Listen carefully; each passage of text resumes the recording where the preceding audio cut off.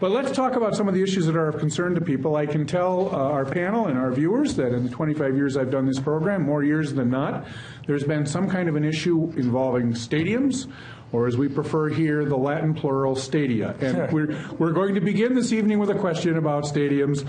A viewer from Anoka wants to know, I hear there's discussions for another stadium, this time for soccer. When is enough enough? What's happening with the stadium issue? So, Representative Lesch, let's start with you. God. Yeah, the soccer stadium.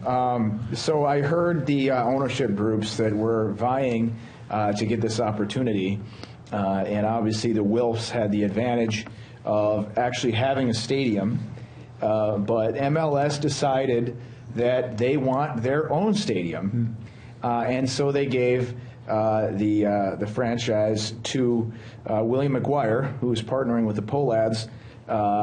And as far as I can tell, William McGuire has more than enough cash to build a stadium. For those of us who remember the fiasco at United Health Group back in 2005, I think it was to the tune of about $1.5 billion that was going back and forth between him and the U.S. Attorney's Office, or maybe it was the Security Exchange Commission.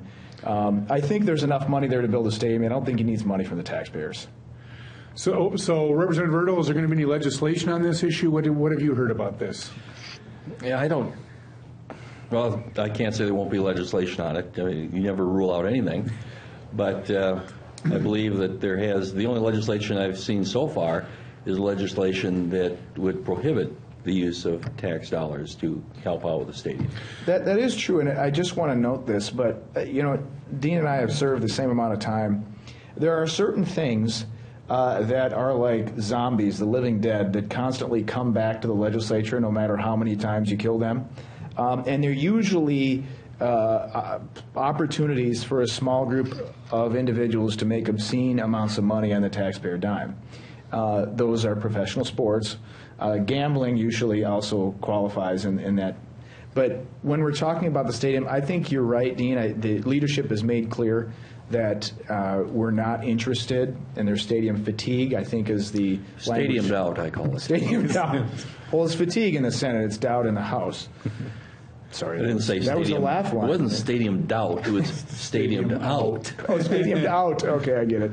That said, yes, it won't happen, but I see this coming back again, and unless there's a huge public outcry against it, and even that's not a guarantee, we'll see it again. We'll do one more quick question on this. I think one of the things that's been proposed, one of the ideas that has been floated is not a direct subsidy, but perhaps some exception for sales tax or something along those lines. Has there been any discussion? Those are the discussions, that it would be various tax exemptions and not a direct subsidy. But again, I think the sense of the legislature this time is that whether it be a tax exemption or a direct subsidy, there doesn't seem to be very much interest at this point. Well, and remember that those are still expenditures. Whether you're talking about tax exemption or a direct subsidy, those are both revenues that the state of Minnesota has to raise in order to spend on an individual. And in this case, the city of Minneapolis would have to forego property taxes on that site forever, I think, is what I recall.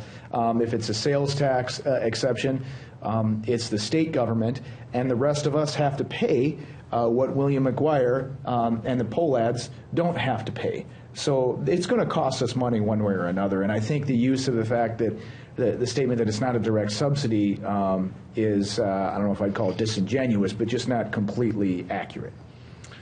Well, enough on stadiums. Stadia, we'll probably have a chance to talk about that again before the legislature goes home here in 3 weeks or so.